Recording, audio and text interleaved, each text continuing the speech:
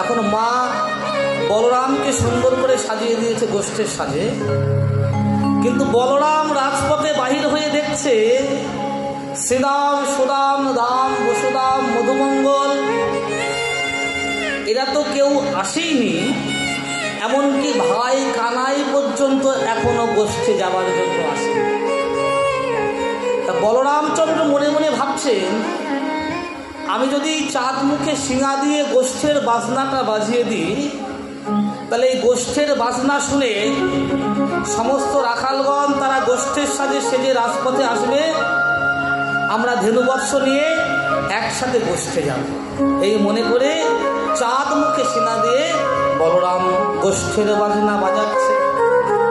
আরে কিবা বাজো তো সব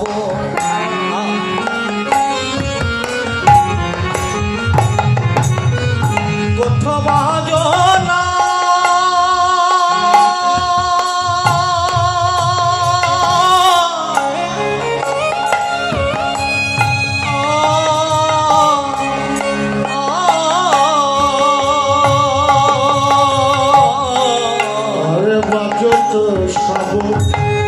গোঠ বাজো না,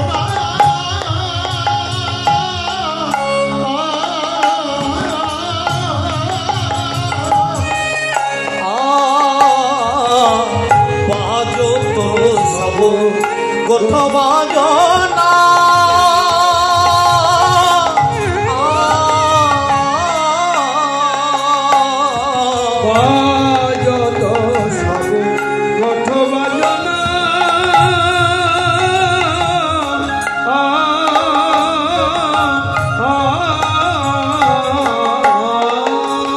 কিবা সাজো তো বলো বীরে,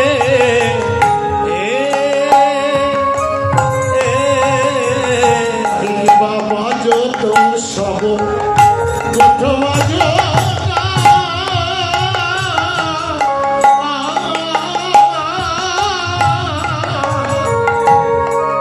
সাজো তো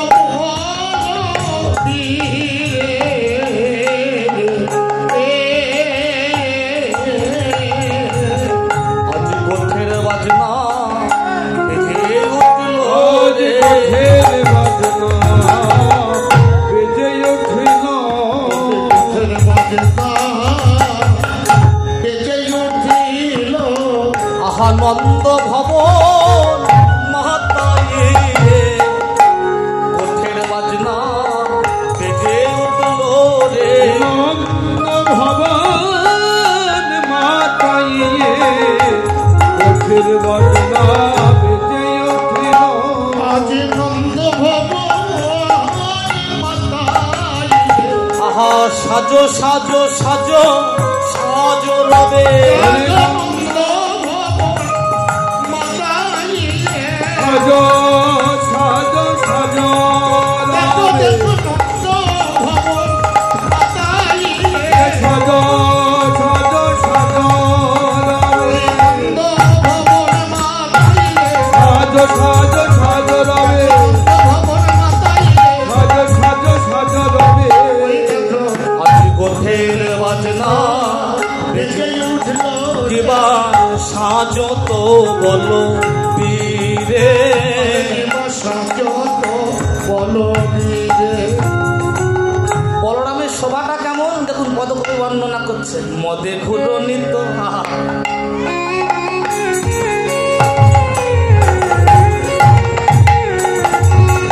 নয়ন যুগল পাগলত বটি শিরে, মদে ঘূর্ণিত নয়ন যুগল পাগলত বট শিরে, পাগ বেঁধেছে পাগ বেঁধেছে বলরাম মাথায়, পাগ বেঁধেছে এই বলরাম মাথায়, পাগ বেঁধেছে বলরাম মাথায়, পাগ বেঁধেছে। কেন কেন রবির কিরণ লাগবে বলে বলরাম মাথায়, রবির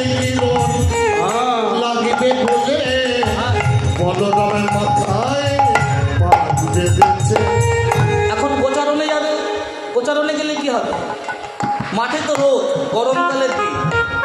এখন মাথায় যদি বেশিক্ষণ সূর্যের তাপ লাগে তাহলে কিন্তু বাবা বেশিক্ষণ গোচারণ খেলা খেলা যাবে না। মাথায় যদি তাপ লাগে তাহলে অল্পতেই পরিশ্রম হয়ে যাবে, আর পরিশ্রম হয়ে গেলে গোচারণ খেলা খেলতে ভালো লাগবে না। তাই মাথায় একখানা ভালো করে পাগড়ি বাঁধছে যাতে মাথায় রোদ না লাগে। আর কি যত তু তু তু তু করে বুক বহে পড়ে, তু তু তু করে বুক বেলা করে,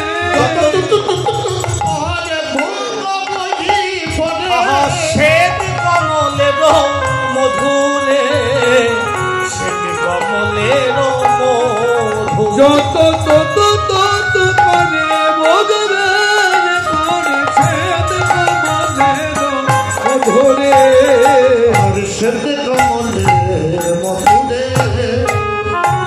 বলরাম অত্যন্ত ফর্সা, এত ফর্সা বৈষ্ণব কবি বলছে বলরামের মুখ তো নয় যেন একটা শ্বেত পদ্ম ফুল।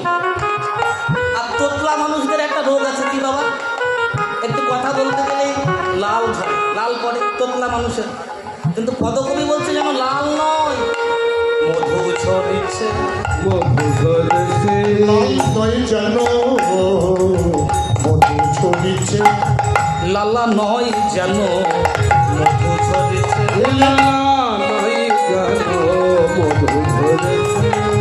শ্বেত কমলে মধু ঝরিছে, যেন শ্বেত কমলের মধু ঝরিছে, শ্বেত কমলে মধু ঝরিছে, ভক্তের সুধা পান করাইবে বলে শ্বেত কমলে মধু ঝরিছে, ভক্তের সুধা পান করাইবে বলে শ্বেত কমলের মধু ঝরিছে।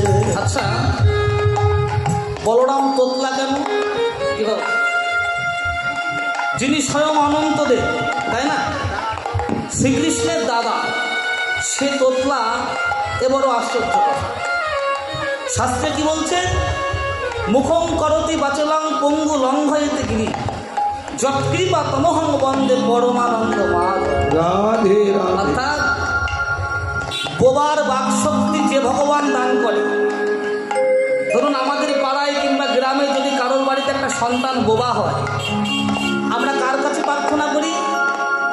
ভগবানের কাছে, যে ছেলেটা যেন সুস্থ হয়ে যায়, ভালো হয়ে যায়।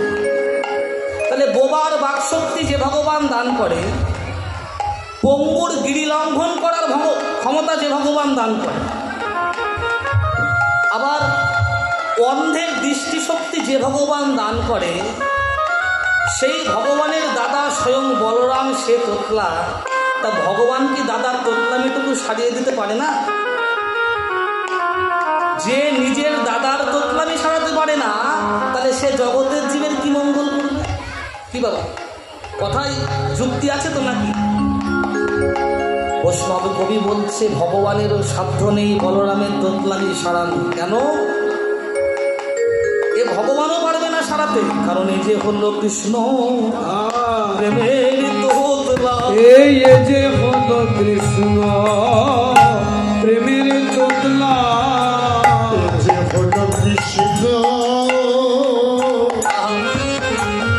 প্রেমের তোতলা, প্রেমে কণ্ঠরোধ হয়ে থাকে, এই যে হলো কৃষ্ণ প্রেমের তোতলা, প্রেমে কণ্ঠরোধ হয়ে থাকে, এই যে হলো কৃষ্ণ প্রেমের তোতলা, যে প্রেমে কণ্ঠরোধ হয়ে থাকে, তাই বলতে গিয়ে আর বলতে পারে না হরিবল, হয়ে থাকে, এ বলতে গিয়ে আর বলতে পারে না, এ বলতে গিয়ে বলতে পারে না, বলতে গিয়ে বলতে পারে না, বলতে গিয়ে বলতে পারে না, এ যে হলো কৃষ্ণ প্রেমের তোতলা। এটা হচ্ছে কৃষ্ণ প্রেমের তোতলা দিবানিশি কৃষ্ণ কৃষ্ণ বলে কাঁদতে কাঁদতে ভক্তের কণ্ঠখানা গদগদ হয়ে যায়। তখন ভক্ত কথা বলতে গেলে আর স্পষ্ট করে কথা বলতে পারে না, তাই তোতলা মনে হয়। এ তোতলামি ভগবানও সারাতে পারবে না। আর কি হয়েছে, মা সুন্দর করে ব্রজবাসীদের ঘরে এখনো এই নিয়ম আছে, সকালবেলায় মা করেছে কি, একটা সুন্দর সুন্দর বন ফুল এনে সেই ফুল দিয়ে মালা গেঁথে বলরামের গলায় পরিয়ে দিয়েছে। আরো দুটো ফুলের মালা করে হাতে ভালো করে বালা করে দিয়েছে। গলে বনমালা বাহে তার বলা শ্রবণে কুণ্ডল সাজে। গলে বনমালা বাহে তার মালা শ্রবণে কুণ্ডল সাজে। গলে বনমালা বাহে তারা বলা শ্রবণে কুণ্ডল আর ধব ধব ধব ধবলি বলিয়া ধব ধব ধব ধবলি বলিয়া আরে কি বা ধব ধব ধব ধবলি বলিয়া ঘন ঘন সিংহা বাজে, ঘন ঘন সিংহা আরে ধব ধব ধব ধবলি বলিয়া ঘন ঘন সিংহা বাজে, ঘন ঘন সিংহা বাজে। বলে আই ধবলি আই শ্যামলি বলি আই ধবলি আই শ্যামলি বলে আই আই ধবলি আই শ্যামলি আই তোদের লয়ে গোঠে যাও, আই ধবলি আই শ্যামলি ওরে তোদের লয়ে গঠে যাব আই ধবলি আই শ্যামলি আই তোদের লয়ে গোঠে যাব। দেখে গোঠের কত বেলা হলো, তোদের লয়ে গোঠে যাব। দেখ গোঠের কত বেলা হলো, তোদের লয়ে গোঠে যাব। দেখ গোঠের কত বেলা হলো, ওরে গোঠের কত বেলা হলো,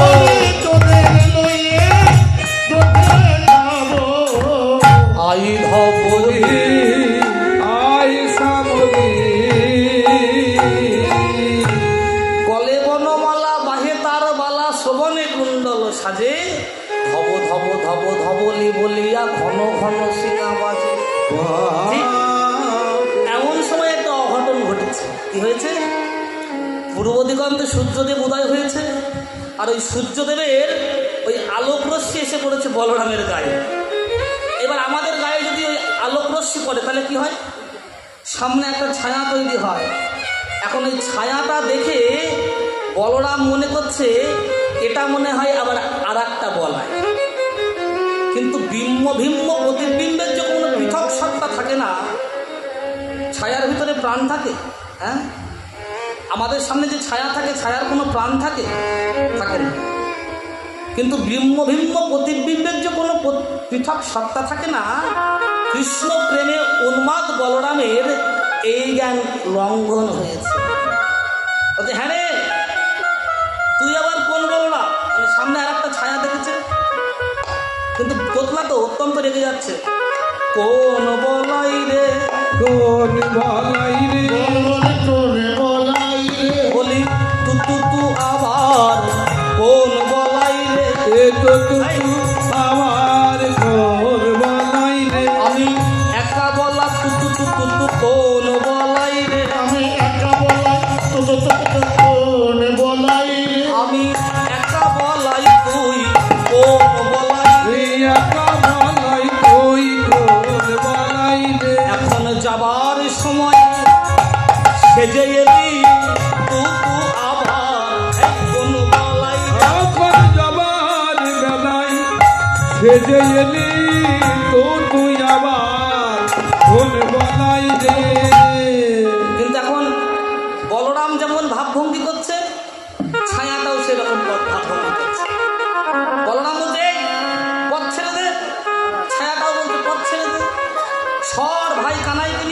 যাব? বলরামের ছায়াটাও বলছে সর ভাই কানাইকে নিয়ে। বলরাম তো তোতলা মানুষ, আর তোতলা মানুষ এমনিতেই প্রধান্বিত হয়ে যায়। বলছো বুঝতে পেরেছি, তোর ভাবভঙ্গি থেকে বেশ বোঝা যাচ্ছে যে তুই আজকে সহজে পথ ছাড়বি না, তুই আমার সাথে লড়াই করবি, তারপরে পথ ছাড়বি। বুঝেছি, তবে লড়বি নাকি? লড়বি নাকি? লড়বি নাকি? তুই আমার সাথে লড়বি নাকি? তুই আমার সাথে লড়বি নাকি? শোন, লড়বি বটে তবে পারবি না রে আমার সাথে লড়বি নাকি? নদীবে মাকে পারবে না রে আমার সাথে লড়বি মাকে। লড়বি বটে কিন্তু পারবি না। কেন পারবি না? আমি একা নয় ভাই, কানাই আছে। আমি একা নই ভাই, কানাই আছে। আমি একা নই ভাই, কানাই আছে। আমি হলাম গিরি ধরের দাদা, একা নয় ভাই, কানাই আছে। আমি হলাম গিরি ধরের দাদা, আমি একা নই ভাই, আমার কানাই আছে। শোন, আমি হলাম গিরিধরের দাদা, আমি একা নই, আমার সাথে আমার ভাই কানাই আছে। আচ্ছা, ভগবানের কটা নাম? কটা নাম? 108টা নাম। গোবিন্দ, বাসুদেব, কৃষ্ণ, হ্যাঁ, আর তার মধ্যে আর একটা নাম কি? গিরিধারী গোপাল। তা ভগবানের এত এত নাম থাকতে ওই ছায়ার সামনে আজকে বলরামচন্দ্র কেন বললো যে আমি গিরিধরের দাদা? কি বাবা, বলতে পারতো আমি কানাইয়ের দাদা, বলতে পারতো আমি গোবিন্দর দাদা, বলতে পারতো কৃষ্ণর দাদা। গিরিধর কথাটা এই কারণে উচ্চারণ করলো, শক্তিটা বুঝিয়ে দেওয়ার জন্য। আমার থেকে ছোট আমার ছোট ভাই যেদিন ইন্দ্রের কোপানলে সমস্ত বৃন্দাবন রসাতলে যাচ্ছিল, সেদিন আমার ভাই কানাই বাম হাতের কনিষ্ঠ আঙ্গুলির দ্বারাই 1 সপ্তাহ কাল গিরি গোবর্ধন পর্বত ধারণ করে রেখেছিল। তাহলে তার থেকে বড় আমি তার দাদা বলরাম। তাহলে একবার মনে মনে ভেবে নি যে আমার কত শক্তি। এই শক্তিটা বুঝিয়ে দেওয়ার জন্য গিরিধর নামটা প্রকাশ করল। কিন্তু প্রকাশ করলে হবে কি? মনে ভয় পাচ্ছে, যদি না পারি যুদ্ধ করে। তাই কি করছে? পরের পাচনি খেতে দাবি রাঙা ধুলি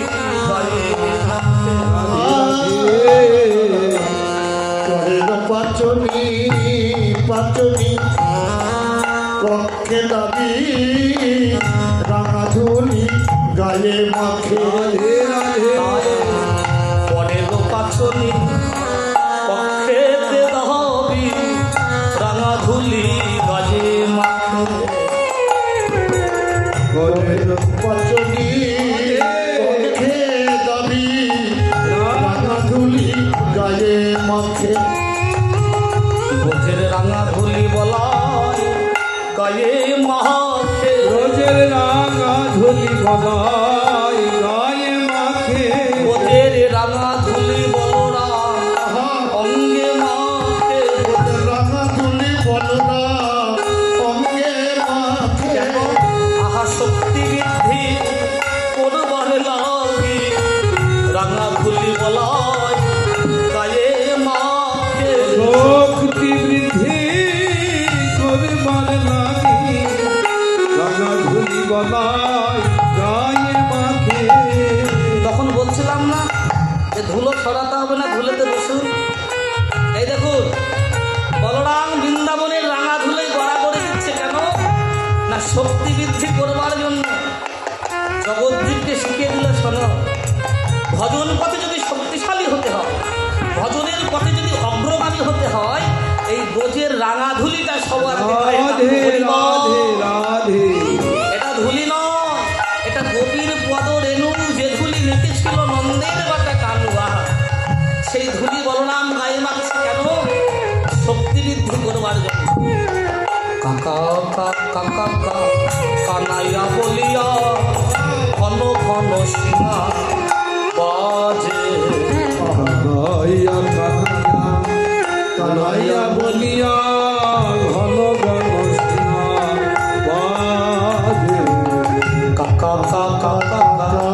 কানাইয়া বলিয়া রাধে রাধে বাজে। বলে ভাই কানাই একবার দেখা দেব ভাই কানাই এখন দেখা দে ভাই ভাই কানাইয়া দেখা দেবা আমি বড় বিপদে আরে করেছি কানাই একবার দেখা দেব বড় বিপদে পড়েছি ভাই কানাই একবার দেখা দে বড় ভাই বিপদে পড়েছি ভাই রে কানাইয়া একবার আরে দেখা দেবা কানা আমি বড় বিপদে পড়েছি কানা ভাই কানাইয়া একবার দেখা দেবা বড় বিপদে পড়েছি কানাই কালে আমার সহায় হবা বড় বিপদে পড়েছি কানাই আমার ঘোর বিপদে সহায় হবা বড় বিপদে পড়েছি কানাই ওরে বিপদে আমার সমাজ বড় বিপদে পড়েছি কানাই ঘোর বিপদে সমাজ বড় বিপদে পড়েছি কানাই ঘোর বিপদে সমাজ বড় বিপদে পড়েছি কানাই ভাই একবার দেখা দে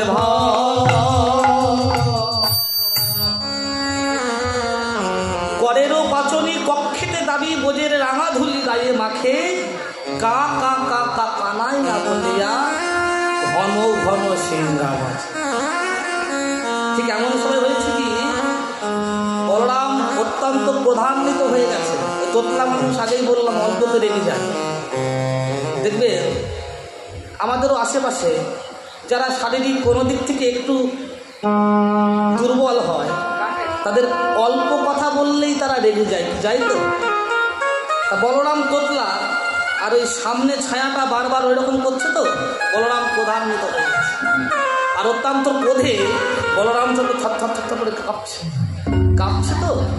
কিন্তু বলরাম মনে মনে ভাবছে আমার ক্রোধে মনে হয় ধরণী কম্পিতা, অর্থাৎ মনে হয় আমার এই ক্রোধে পৃথিবী কাঁপছে।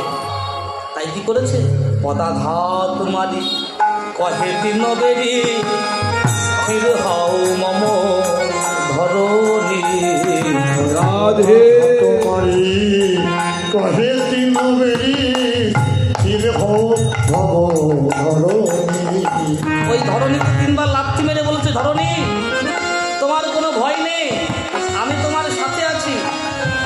শশী সেই ঘরে কহে হল ঘরে পদ তলে যাও শশী শেখরে কহে হল ধরে পদ তলে যাও নিচনি ওই চরণে সরল দিলা ওই চরণে স্মরণীলা ওই চরণে শরণ নিলাম যেন আমায় ফেলে ওই চরণে শরণ নিলাম যেন আমায় ফেলে যেও না ওই চরণে আমায় ফেলে যেজনা ওগো গোঠের রাখাল বলো রামচন্দ্র হরিব ওহি গোঠের রাখাল বনরাম চন্দ্র ফেলে যেও না গোঠের রাখাল বনরাম যেন চন্দ্র আমায় ফেলে যেও না গোঠের রাখাল বনরাম চন্দ্র ওই চরণে শরণ বলরাম, তোমার চরণের তলদেশে ধরণীকে ঠিক তুমি যেমন ভাবে অভয় দিলে, ঠিক তোমার চরণ তলে আমিও আশ্রয় নিলাম। ঠিক অমন করে তুমি আমাকে অভয় দান করো, তুমি যেন আমায় ফেলে রেখে গোষ্ঠে চলে যেও না। হরি হরি। কিন্তু বলরামের সিংহাধ্বনি শুনে আজকে রাজপথে শ্রীরাম, সুদাম, দাম, বসুদাম, মধুমঙ্গ সবাই এসেছে, কিন্তু ভগবান শ্রীকৃষ্ণ এখনো রাজপথে আসেনি। এই বিষয়টা নিয়ে শ্রীরামের খুব রাগ হয়। কেন?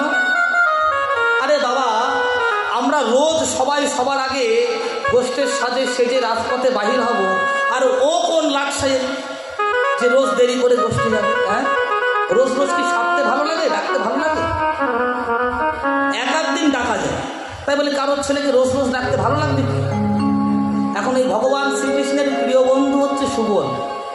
তা সুবলকে শুনিয়ে শুনিয়ে শ্রীরাম কথাগুলো বলছে। এই যে সুবল, তোর তো মরণ শাখা, চাই যে দেখে আয়, এখনো দেরি করছে কেন? দেখ গোঠের কত বেলা হলো, গোষ্ঠে যাবো না? যা তোর ভাই কানাইকে ডেকে নিয়ে আয়, তোদের নাকি প্রাণ কানাই, তোদের নাকি গোঠের রাখার। যারা আহা শ্রীরাম সুবলে নিকটে যাইয়া, নিকটে যাইয়া, শ্রীরাম সুবলের নিকটে যাইয়া, শ্রীরাম সুবলের নিকটে যাইয়া, কহে শুনয় হে সুবল ভাইয়া, কহে শুনো ভয়ে সুবল ভাইয়া, কহে শুনয় হে সুবল ভাইয়া, কহে শুনয় হে সুবল ভাইয়া। আহা দিন বহু হইল গোঠের বেলা, বহু হইল গোঠের বেলা, দিন বহু হইল গোঠের বেলা, আর দিন বহু হল গোঠের বেলা, কিছু নাহি বলে নন্দের বালা, কিছু নাহি বলে নন্দের বালা, একবার জেনে আই, জেনে আই, জেনে আয়, জেনে আয়, আজ গোঠে যাবে কি না? জেনে আই, জেনে আই, এই আজ গোঠে যাবে কিনা? জেনে আয়, জেনে আয়, আজ গোঠে যাবে কি না? গোঠের কত বেলা হলো, আজ গোঠে যাবে কিনা, গোঠের কত বেলা হলো, আজ গোঠে যাবে কিনা, গোঠের কত বেলা হলো, আজ গোঠে যাবে কিনা, গোঠের কত বেলা হলো। তুই জেনে আয়, জেনে আয়, একবার গিয়ে দেখে আয় আজকে গোষ্ঠে যাবে কিনা, আমরা একাই যাব। যেমন মা তেমন তার ছেলে, হ্যাঁ, যেমন আমাদের কানাই তেমন ওর মা। আরে বাবু, এত বেলা হয়েছে, আচ্ছা এত বেলা পর্যন্ত কার ছেলেকে কে ক্ষীর স্বর্ণপর্ণি খাওয়ায়? ছেলেকে কোলে বসিয়ে মারও কোনো কাজ নেই, ছেলেরও কোনো কাজ নেই। মা বলরাম, মা খালি কানাইয়ের মুখে নবনী। ভালো করে দেখে যে আমি যা বলছি তাই হবে। বা যশোদা যোগাইছে এখনো মুখে, যশোদা যোগাইছে মাখন মুখে, আহা যশোদা যোগাই মাখনো মুখে, আর যশোদা যোগায় মাখনে, আচ্ছা এ মায়ের কোলেতে সুখে, আছয়ে মায়েরও কোলেতে সুখে, মা নাই ভাই, নাই ভাই, আমাদের ঘরে কি মা নাই ভাই? এই আমাদের ঘরে কি নাই ভাই? বলি আমাদের ঘরে কি মা নাই ভাই, এই শুভ, আমাদের ঘরে মা নেই,